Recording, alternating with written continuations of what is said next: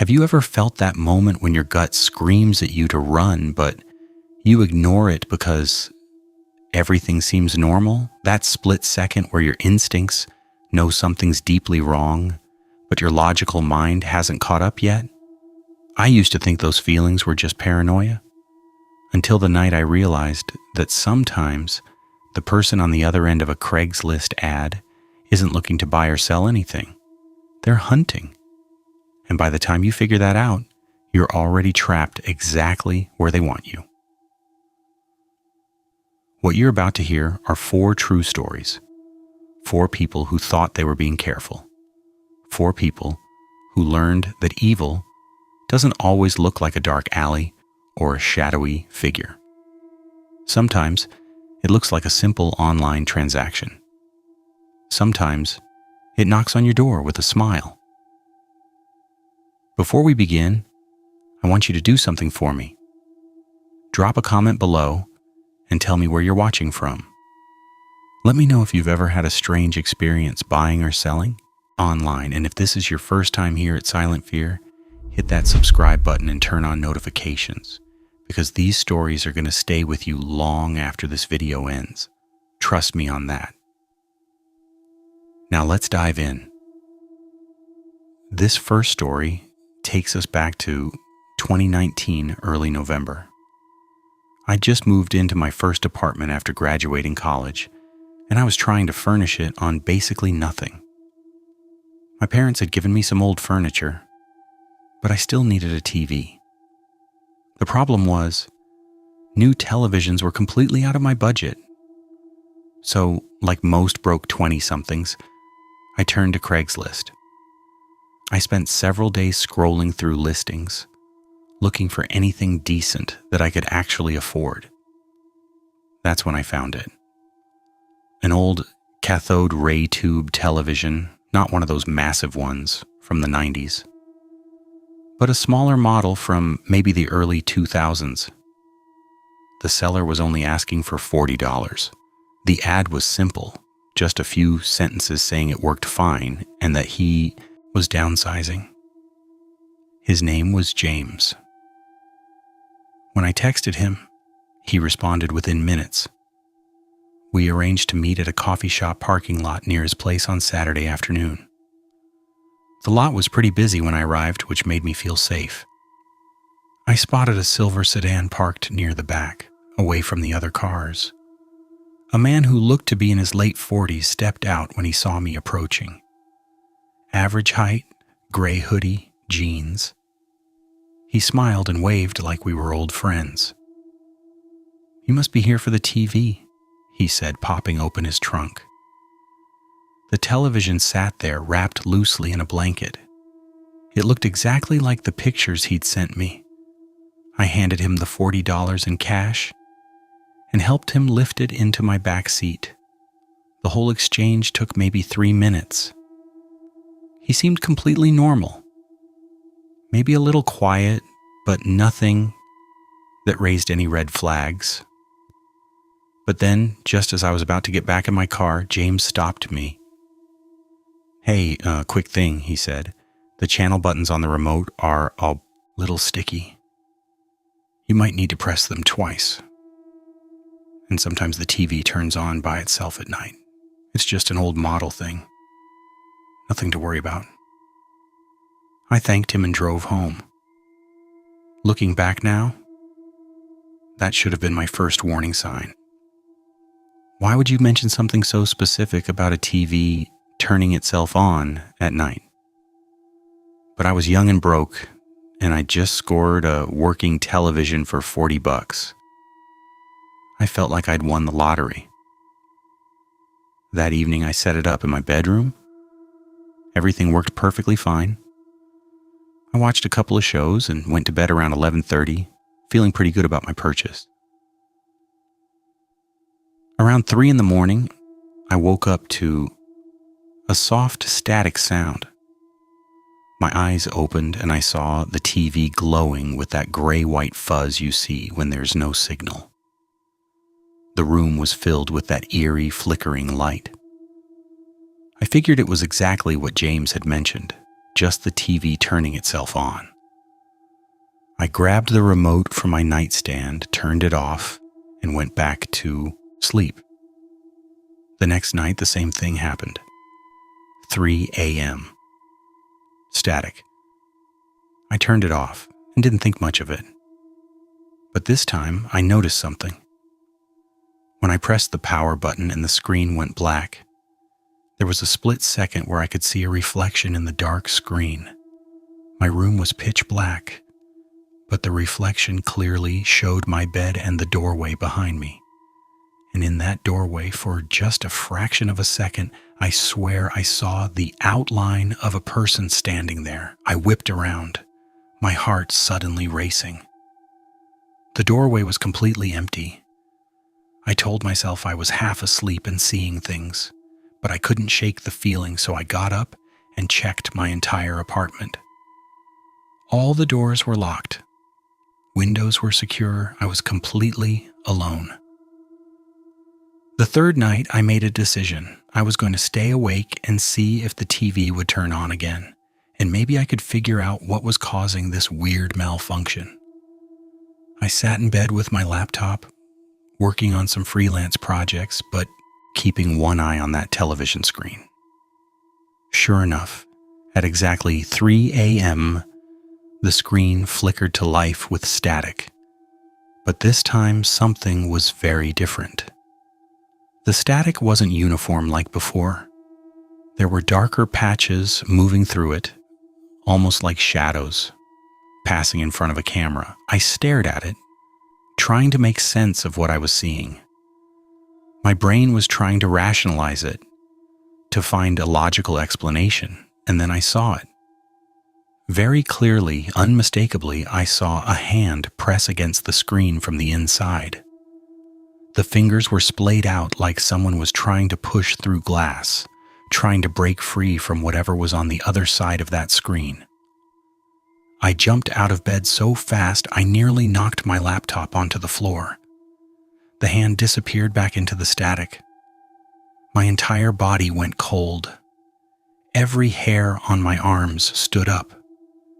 This wasn't a technical malfunction. This wasn't my imagination. Something was very, very wrong with this television. I unplugged it immediately, yanking the cord from the wall. The screen went black and silent.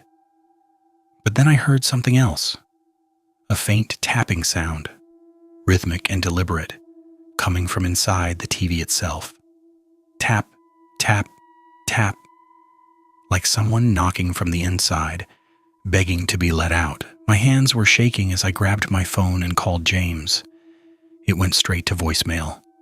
I tried 3 more times over the next hour. Nothing. No answer. I went back to our text conversation, thinking maybe I could get more information about him. Find out where he lived. Anything. That's when I noticed something I'd completely missed before. His profile picture in the texting app was completely black. Not just a dark photo or a shadow, but pure, solid black. And his name, which I'd clearly seen as James before, now showed up as a string of random characters and symbols, like the contact information had somehow corrupted.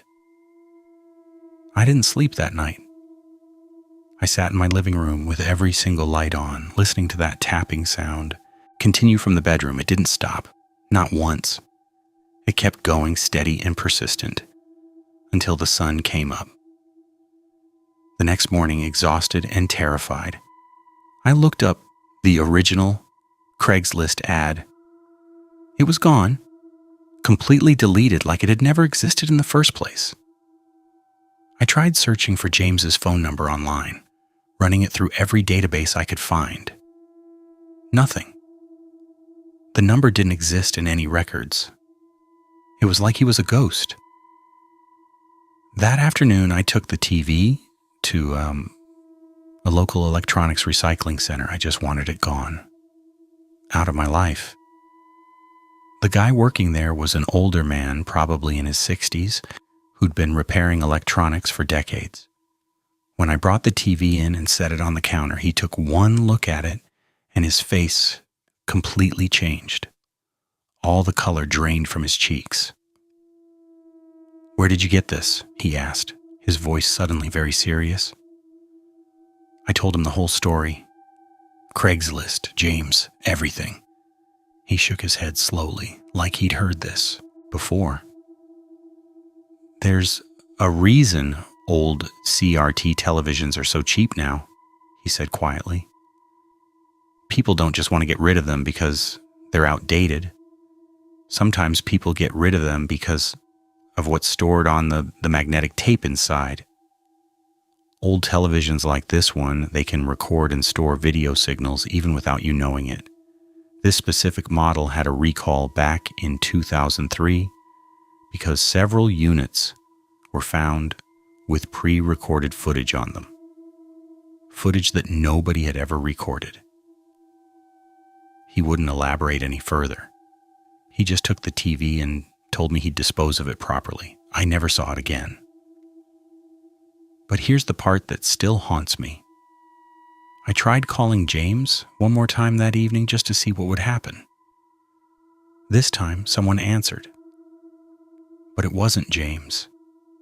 It was a woman's voice, distant and distorted, like she was speaking through water or from somewhere very far away. "He's been waiting for you to call back," she whispered. Then the line went dead. I immediately blocked the number and filed a police report, but they couldn't trace it. The number was linked to a prepaid phone that had never been registered to anyone. To this day, I have no idea who James really was, if that was even his real name, or what was actually in that television. But sometimes, late at night when everything is quiet, I still hear that tapping sound in my memory. Tap, tap, tap. And I've never bought anything used off the internet again. If that story unsettled you, we're just getting started. Make sure you drop a like on this video if you're enjoying it so far. This second story takes place in the summer of 2020. I decided to sell my old mountain bike. I'd had it for years, but barely used it anymore. It was a decent bike, nothing fancy, but it was probably worth around $250. I took some clear photos, wrote up a detailed description, and posted it on Craigslist. Within an hour, my phone buzzed with a text from someone named Hannah. She said she was very interested and asked if she could come see it that evening. Normally, I wouldn't agree to an evening meetup with a stranger from the internet, but it was only 7 p.m., still light outside, and I lived in a pretty safe suburban neighborhood. So I told her to come by around 8 o'clock. 8 o'clock came and went.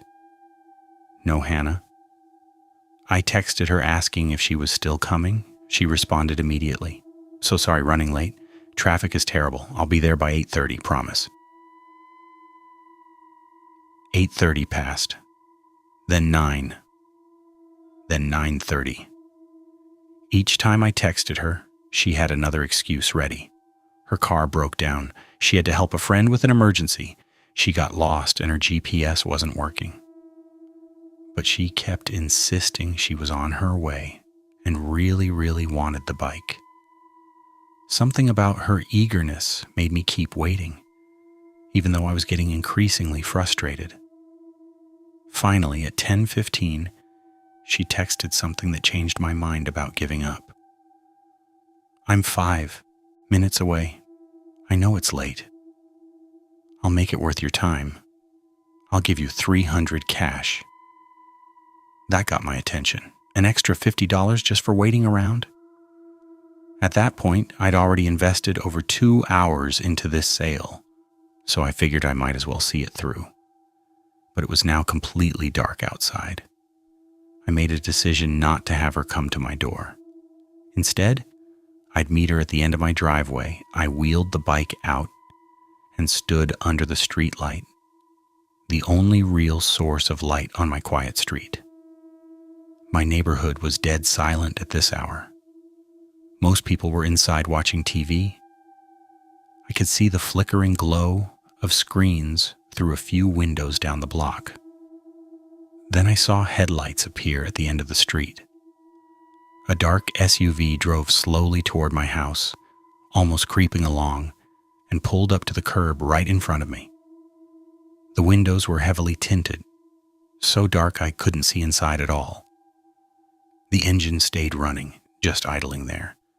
I waited for someone to get out. Nobody did. After about 30 seconds of this weird standoff, the passenger window rolled down about halfway, but I still couldn't see anyone inside. Just darkness. Then a woman's voice called out from that darkness, "Is that the bike?" "Yeah," I called back, suddenly feeling very exposed standing under that streetlight. "Can you bring it closer? I want to see it better." I hesitated. Something felt deeply off about the way she asked that, about the way she stayed completely hidden in the car. But I'd waited over 2 hours for this sale, and she was offering extra money. So I walked the bike toward the SUV, telling myself I was being paranoid. As I got closer, I could finally see inside through the half-open window. The woman sitting in the passenger seat was probably in her mid-30s with blonde hair pulled back in a tight ponytail. She was smiling at me, but the smile didn't reach her eyes. It looked painted on, fake.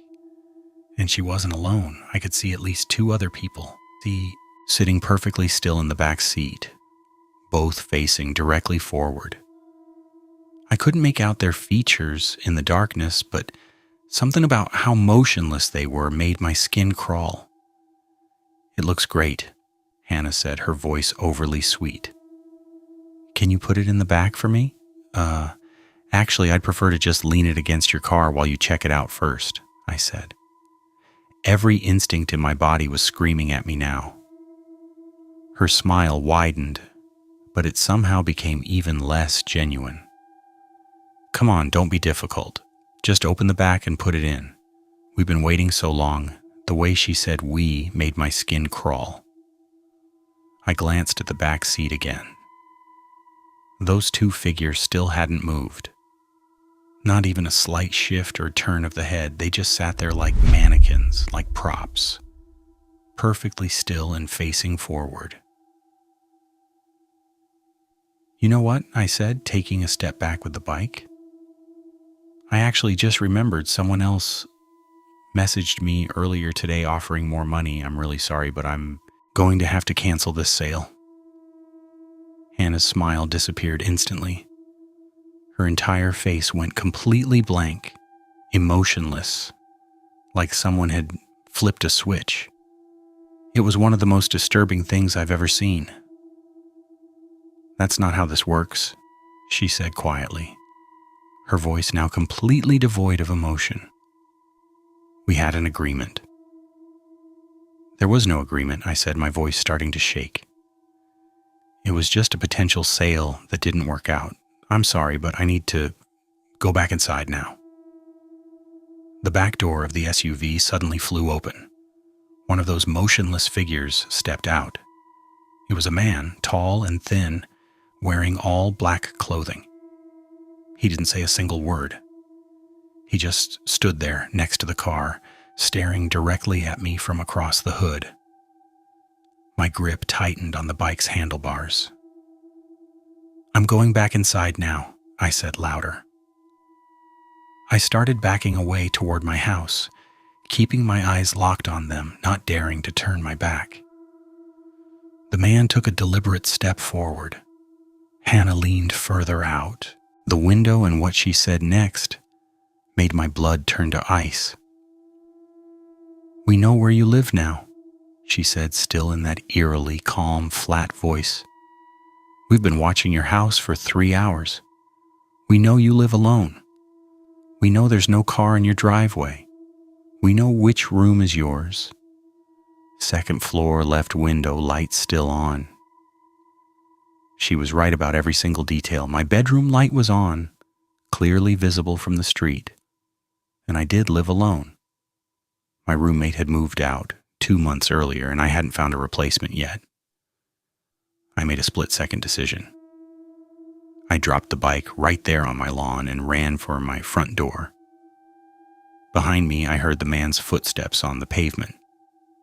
Heavy, fast, running. I got to my door, fumbled with my keys for what felt like an eternity, got inside and slammed it shut. I locked it and engaged the deadbolt with shaking hands. Then I ran through my entire house, locking every single window and door, and called 911. The police arrived within 10 minutes. By then, the SUV was long gone, and so was the bike I'd dropped on my lawn. Whoever they were, they'd taken it. The officer who took my statement told me something that made my situation even more terrifying. There had been several similar reports in neighboring areas over the past few months. Someone would post an item for sale online, and a buyer would show up very late at night, acting strangely, sometimes trying to force their way into the seller's home. The police suspected it was an organized robbery or home invasion scheme. Make initial contact through a legitimate sale listing, show up late to scope out the property, learn whether the person lived alone, figure out the layout of the house, and then either rob them during the meetup or return later when they knew exactly what they were dealing with. The officer told me I'd done exactly the right thing by getting inside when I did. Then he told me something that still gives me nightmares. He said at least 2 other people in nearby towns hadn't been as lucky as me. One person had let the supposed buyers into their garage to show them a couch they were selling. The sellers were immediately ambushed, tied up, and robbed of everything valuable in their home. Another person had their house broken into just 3 days after a failed Craigslist meetup, almost like whoever was running the scheme had kept detailed notes. I deleted the post immediately and blocked Hannah's number. But for weeks afterward, I would sometimes see that same dark SUV driving slowly down my street late at night. It never stopped, never parked. Just cruised past at a crawl, windows tinted black. Impossible to see who was inside or how many of them there were. I moved out of that house 2 months later. I just couldn't shake the feeling of being watched, of being hunted. And to this day, I have never sold anything online again. The risk just isn't worth it. Some people use Craigslist to buy and sell everyday items, but others use it to hunt for victims. We're halfway through these stories. If you're enjoying Silent Fear so far, go ahead and smash that like button and leave me a comment. Let me know which story has been the creepiest so far. Your engagement really helps the channel grow. Now, this third story takes us back to early 2021. I was desperately searching for a place to live after graduating college and landing my first real job in a new city. The problem was I couldn't afford rent on my own yet. Most apartments required you to make 3 times the monthly rent in income, and I was nowhere close to that threshold. So I started looking at rooms for rent, hoping to find someone looking for a roommate to split costs. Craigslist had dozens and dozens of listings. Some looked sketchy right away. Some were way overpriced for what they offered. But after a few days of searching, I found one that seemed absolutely perfect. A guy named Lev was renting out a room in his house for just $400 a month, with all utilities included. That was insanely, almost suspiciously cheap for the area. The photos he'd posted looked clean and normal. A small bedroom with decent natural light, a shared bathroom that looked recently updated, and access to a full kitchen and spacious living room. In his description, he mentioned that he traveled for work frequently, so I'd have the place to myself most of the time. I messaged him right away, and we arranged to meet at the house so I could see the room in person. We scheduled it for 2 p.m. on a Saturday, broad daylight. The house was located in an older, quiet neighborhood. A single-story ranch-style home with a decent-sized yard. Nothing remarkable or concerning from the outside. Lev answered the door when I knocked. He was probably in his early 40s, clean-cut, wearing business casual clothes, like he'd just come from an office. He seemed completely professional and friendly. He invited me in and gave me a full tour of the house. Everything looked exactly like the photos he'd posted. The room was small but totally adequate for my needs. The bathroom was a bit dated but very clean. The kitchen and living room were actually quite spacious. "I'll be honest with you," Lev said as we sat down at the kitchen table. "I had another person who was very interested in the room, but they backed out at the last minute. So you've got first pick if you want it. I just need first month's rent and a small security deposit, let's say $600 total. Does that work for your budget?" It was absolutely perfect. Almost too perfect, if I'm being honest. I should have questioned why the rent was so incredibly cheap. I should have asked more questions about why the previous person had backed out at the last minute. But I was desperate and running out of time before my new job started. "Can I think about it for a day?" I asked, trying to be responsible. "Of course, take your time," Lev said smoothly. "But just so you know, I've got a few other people scheduled to come see it tomorrow. If you really want it, I'd recommend letting me know sooner rather than later." That classic sales pressure technique should have been another major red flag. But instead, it just made me anxious about losing this opportunity. I told him I'd let him know by that evening. I went home and thought about it carefully. I even called my dad to ask his opinion. He said it sounded fine, but emphasized that I should make sure to get a written lease agreement and, above all, to trust my gut instinct. My gut wasn't telling me anything was wrong at the time, so that evening I texted Lev and said I'd take the room. He was absolutely thrilled. We arranged for me to move in the following Wednesday. I paid him the $600 through Venmo, and he immediately sent me a copy of a basic roommate agreement.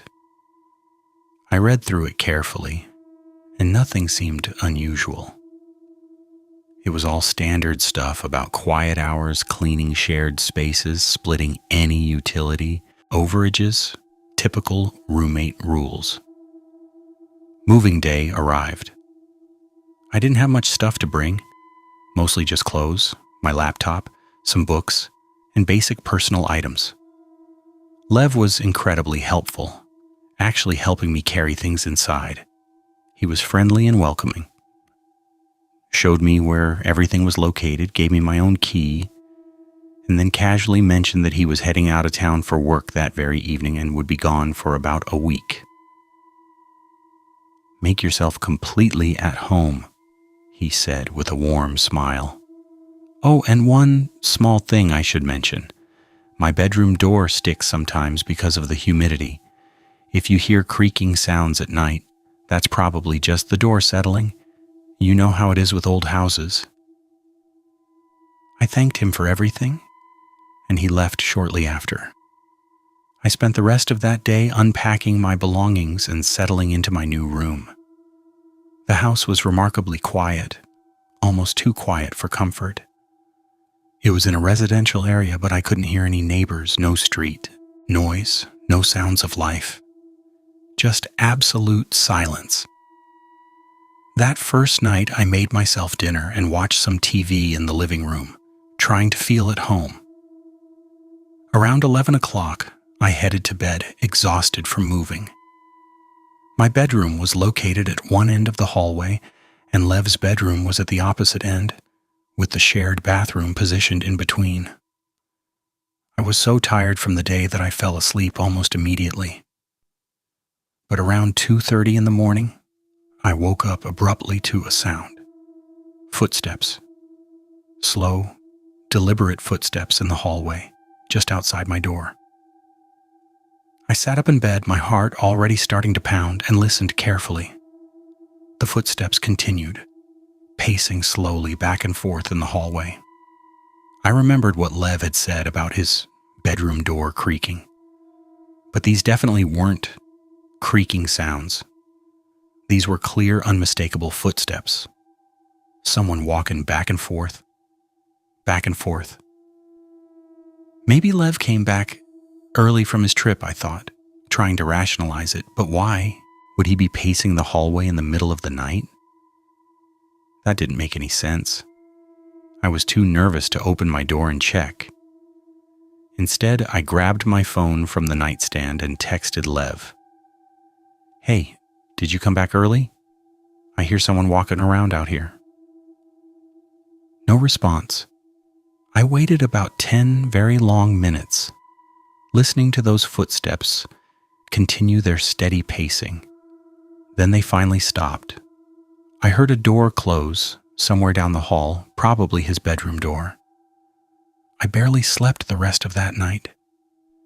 Every sound made me jump.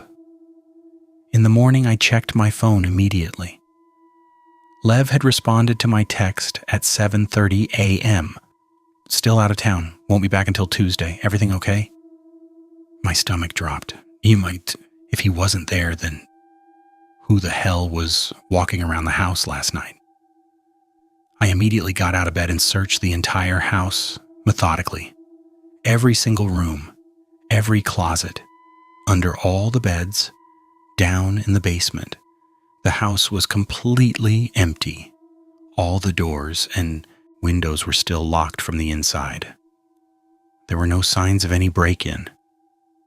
Nothing was missing or disturbed in any way. I texted Lev back, my hands shaking slightly. "Are you absolutely sure you're out of town? I definitely heard someone walking in the hallway last night. It was very clear." Instead of texting back, he called me. His voice sounded uncomfortable, almost rehearsed.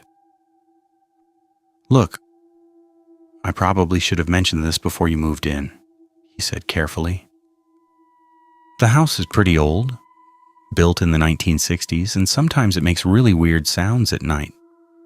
The floors creak as the temperature changes, pipes expand and contract, the foundation settles. It can honestly sound exactly like footsteps. I've completely gotten used to it after living here for years, but I know it can be really startling at first. I promise you're completely safe. There's absolutely no one else in the house." His explanation made logical sense. Old houses definitely do make strange noises, but something about his tone felt off to me, like he was reciting a script he'd used before. Like this wasn't the first time he'd had this exact conversation. I tried to convince myself he was right. Just an old house settling. I went to work that day and tried not to think about it too much. But that second night, it happened again. 2:30 a.m., right on the dot. Footsteps in the hallway. This time I was prepared. I had my phone ready and I started recording audio. I let it run for a full 5 minutes, capturing the sound of those footsteps, pacing back and forth outside my door. When I listened to the recording in the morning light, I could hear the footsteps very clearly. But there was something else on that recording. Something Lev definitely hadn't mentioned. Between the footsteps, there was breathing. Heavy, raspy breathing, like someone with a serious respiratory problem struggling to get air. I sent the audio file directly to Lev with a message. "This isn't the house settling. Listen to this recording carefully. Hours went by with no response. I checked my phone obsessively. Finally, late that afternoon, he called me. His voice was completely different this time. "I need you to move out," he said bluntly, no pleasantries. "I'll give you back your full deposit and first month's rent, $600 in full, but I need you completely out by tomorrow." "What? Why?" I asked, completely blindsided. "It's just not going to work out. That's all I can say. I'll have the money ready for you. Just pack up your stuff and go." "Did you actually listen to the recording I sent you?" I pressed him. There was a very long pause on the line. "Yeah, I listened to it." "So what is it? What's making that sound? What's walking around your house at night?" Another long pause, then very quietly. "I don't know, but I need you to leave. Tomorrow." He hung up before I could say anything else. I was furious and terrified at the same time. Clearly something was very, very wrong with this house. And Lev knew exactly what it was. That's why the rent was so cheap. That's why the previous tenant had backed out at the last minute. He was luring people in, knowing they'd eventually hear it and leave. I decided to stay one more night. Not because I wanted to, but because I needed time to figure out where I could go next. And I wasn't about to let Lev bully me out without getting some answers first. That third night, I didn't even try to sleep. I sat in the living room with every single light blazing, waiting. 2:30 a.m. came right on schedule. The footsteps started in the hallway. But this time, I'd had absolutely enough of this. I walked directly to the hallway and flipped on the light switch. The footsteps stopped immediately, cut off like someone had pressed pause. The hallway was completely empty. I looked down toward Lev's bedroom door at the far end. It was closed. I walked toward it, my heart hammering so hard I could hear it in my ears. When I reached his door, I pressed my ear against the wood and listened. I could hear breathing on the other side. That same heavy, raspy breathing from my recording. "Who's in there?" I called out loudly. No response. Just that labored breathing, in and out, in and out. I reached down and tried the doorknob. It was locked. But then, very slowly, I heard the lock mechanism click from the inside. The door began to open inward, just a crack. There was only darkness beyond, thick and absolute. I took a step back, every survival instinct I possessed screaming at me to run. The door opened wider, inch by inch. The breathing got louder and louder, echoing out into the hallway. I ran. I didn't think. I just moved. I grabbed my car keys from my room, left everything else behind, and drove straight to the nearest hotel. From the parking lot, I called Lev and told him I was gone, and that he could keep my deposit. I just wanted my partial month's rent back, the other half of what I'd paid. He agreed immediately. No argument whatsoever, and Venmo'd me the money within 5 minutes. I never went back to that house. I hired professional movers to get my stuff out a few days later, and they told me Lev seemed extremely nervous the whole time and kept rushing them to finish and leave. A few months later, out of morbid curiosity, I looked up the address online. There was a new listing for a room for rent. Same house, same suspiciously cheap price, but a different name listed as the landlord this time. Same sales pitch about traveling a lot for work. I wanted so badly to comment on the listing and warn people, but I didn't know what I'd even say. What was I supposed to tell them? That there are footsteps at 2:30 every morning? That something is locked in the master bedroom? they'd think I was insane. I don't know what was in that house. I don't know if it was human or something else entirely. But I know Lev knew about it. He'd clearly dealt with it before. And he was still renting out rooms, luring desperate people in with cheap rent, knowing full well that whatever was in there would eventually drive them out, just like it had driven out everyone before me. I reported it to the police, but without evidence of an actual crime being committed, there was nothing they could legally do. For all they knew, I'd just gotten spooked by normal house sounds and let my imagination run wild. But I know what I heard. I know what I recorded. I know what I felt, standing outside that bedroom door as it slowly opened from the inside. And I know that someone or something is still in that house right now, pacing those halls every single night at exactly 2:30 a.m., waiting patiently for the next desperate person to take that too-good-to-be-true deal without asking enough questions. One more story left. If you've made it this far, thank you so much for watching Silent Fear. Don't forget to comment, drop a like, and subscribe if you haven't already. Let's finish this. This last story didn't happen to me directly. It happened to my sister Charlotte in the fall of 2018. She'd just bought her very first house and was trying to furnish it on a tight budget. While browsing Craigslist one evening, she found a listing for an antique china cabinet.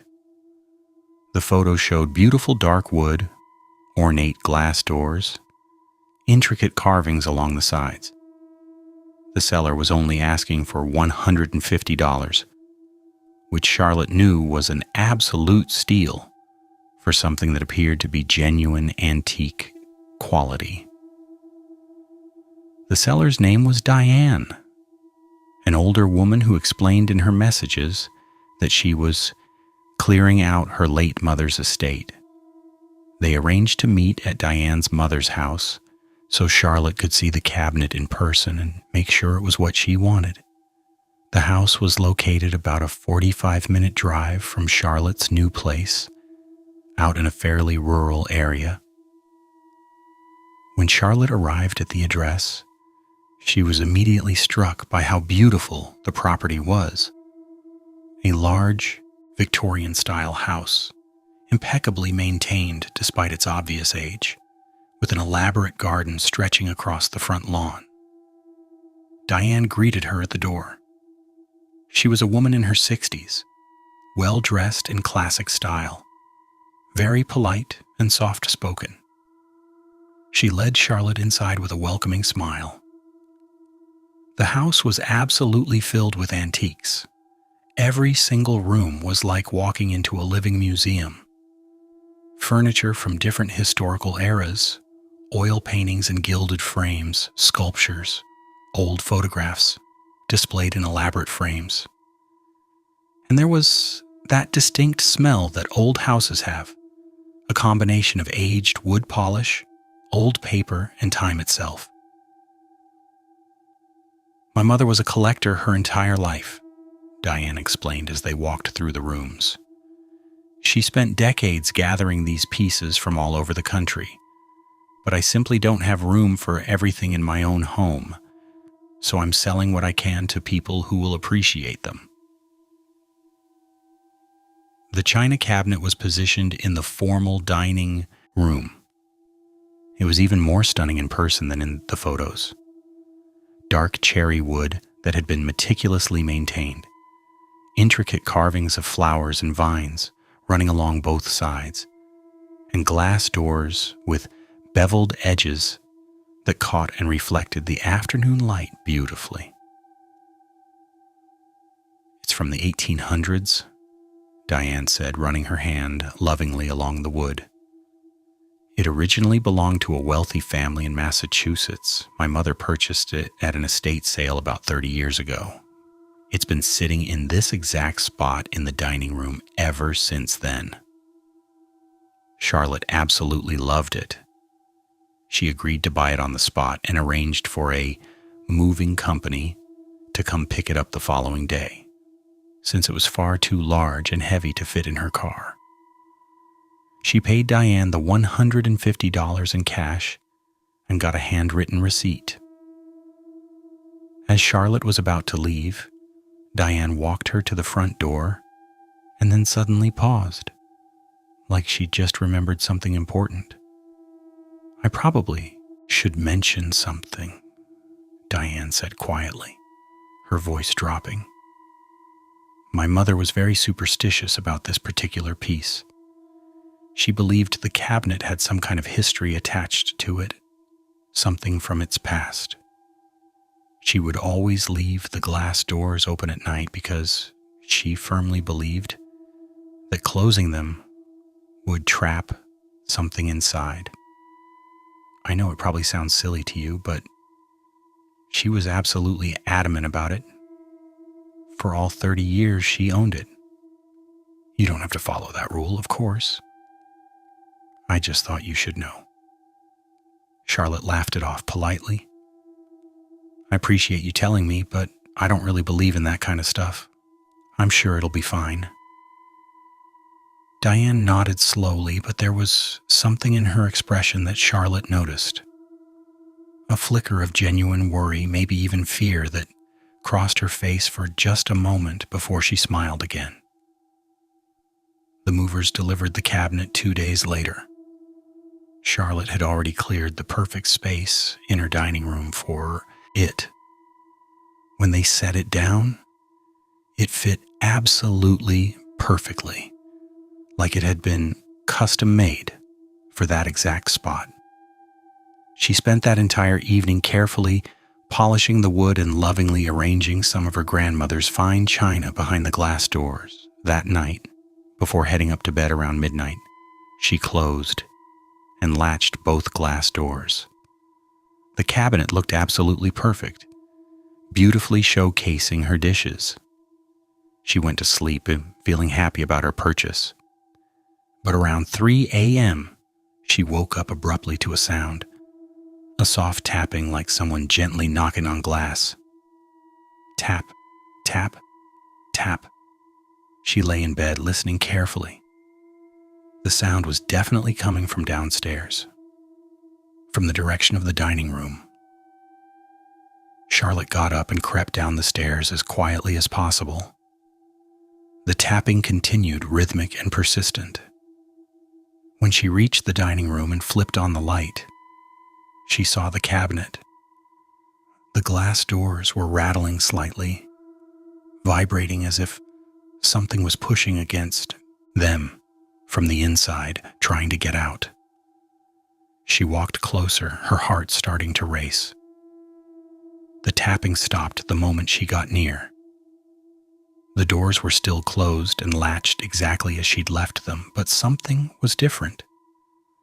The dishes inside had shifted position. They were now pushed all the way to the back of the shelves, as if something had moved them aside to make room for itself. Charlotte felt a chill run down her spine. She reached out with a shaking hand and unlatched the doors, swinging them wide open. Nothing happened. The dishes just sat there, completely motionless. She must have been half asleep, she told herself. She must have imagined the whole thing. She closed and latched the doors again and went back to bed. The next night, the exact same thing happened. 3 a.m., tapping on glass. This time, Charlotte didn't get up to check. She put in earplugs and tried her best to ignore it, pulling her blanket over her head. But the night after that, the tapping was so incredibly loud that it woke her up, even through the earplugs. And this time, there was something new. A smell had filled her bedroom. Faint but unmistakable, like old perfume and mothballs. That specific scent you associate with very elderly people in old houses. Charlotte went downstairs and found the dining room absolutely freezing cold, despite the fact that the heat was running. Her breath formed visible clouds in the frigid air. The cabinet doors were rattling violently now, shaking so hard the latch was struggling to hold them closed. The dishes inside were clinking and clattering against each other. She rushed over and threw the doors open. The rattling stopped immediately. The temperature in the room began to slowly normalize. But now she could see something she definitely hadn't noticed before. Inside the cabinet, scratched into the back wooden panel, were words. Faint, old scratches that looked like they'd been desperately carved with fingernails over a very long time. "Let me!" Out Charlotte's hands started shaking violently. She pulled out her phone with trembling fingers and called Diane's number. "The cabinet," Charlotte said the moment Diane answered. "Your mother kept the doors open at night. Why? What's really going on with this thing? What aren't you telling me?" Diane was silent for a very long moment. Then she spoke, her voice barely a whisper. "My mother bought it from an estate sale, like I told you. But what I didn't mention was whose estate it came from. It belonged to the Hartwell family. Do you know that name?" "No, I've never heard of them." "Look it up," Diane said. "The Hartwell House in Massachusetts, 1949. Then she hung up without another word. Charlotte's fingers flew across her phone screen, searching frantically. What she found in those search results made her physically sick to her stomach. The Hartwell house was the site of an absolute tragedy in 1949. A young woman named Eleanor Hartwell had been locked in a small room by her abusive husband for weeks on end. When authorities finally found her, after neighbors reported not seeing her, she had died of dehydration and starvation. The room where they discovered her body was a walk-in china closet, a small storage space built behind the formal dining room, specifically designed to store fine dishes and silverware. The china cabinet Charlotte now owned had been positioned in that very dining room. Historical records speculated that Eleanor had been kept in or possibly near that cabinet during her captivity. Some newspaper reports from the time even suggested her husband would lock her inside the cabinet itself as punishment. Charlotte's blood ran ice cold, the scratches carved into the wood, the desperate message, "Let me out." She tried calling Diane back immediately. The number went straight to a disconnected line message. She looked up the address of Diane's mother's house, where she'd picked up the cabinet. When she entered it into Google Maps, the search showed no house at that address, just an empty lot with overgrown grass. Charlotte called the moving company that had delivered the cabinet to her house. They had absolutely no record of picking up anything from that address. No record of that job at all. None of it made any sense. How did the cabinet physically get to her house? Who was Diane, really? Was that Victorian house even real? Or had she imagined the whole thing? That night, Charlotte didn't hesitate or wait. She called a junk removal service and paid them triple their normal rate to come immediately, even though it was late evening. They arrived and hauled the cabinet away around 9 p.m. As they were carefully loading it into their truck, one of the workers opened the glass doors to make sure the dishes inside were properly secured for transport. He looked inside the cabinet and his face scrunched up in confusion. "Hey, did you scratch this yourself?" he asked Charlotte, pointing at the back panel. Charlotte looked where he was pointing. Below the old scratches that spelled out "Let me out," there was a new message. Fresh scratches that absolutely hadn't been there even an hour ago when she'd last checked. Thank you. Charlotte never found out who Diane really was or if she was even real. The cabinet was taken to a landfill and she was assured completely destroyed. But sometimes, late at night when the house is completely silent, Charlotte swears she can still smell that faint scent of old perfume and mothballs drifting through her dining room. And she has never ever bought another antique online. That's it for tonight's 4 Craigslist horror stories. If you enjoyed this video and these stories gave you chills, make sure you hit that subscribe button and ring the notification bell. We upload brand new scary stories every single week here on Silent Fear. Leave a comment below and let me know. Have you ever had a creepy or unsettling experience with Craigslist or any other online marketplace? What's the strangest or most disturbing thing that's ever happened to you when meeting up with a stranger from the internet? I read every single comment. Thanks so much for watching, and remember this: not every deal is a good deal. Sometimes the price you pay isn't measured in money. Stay safe out there.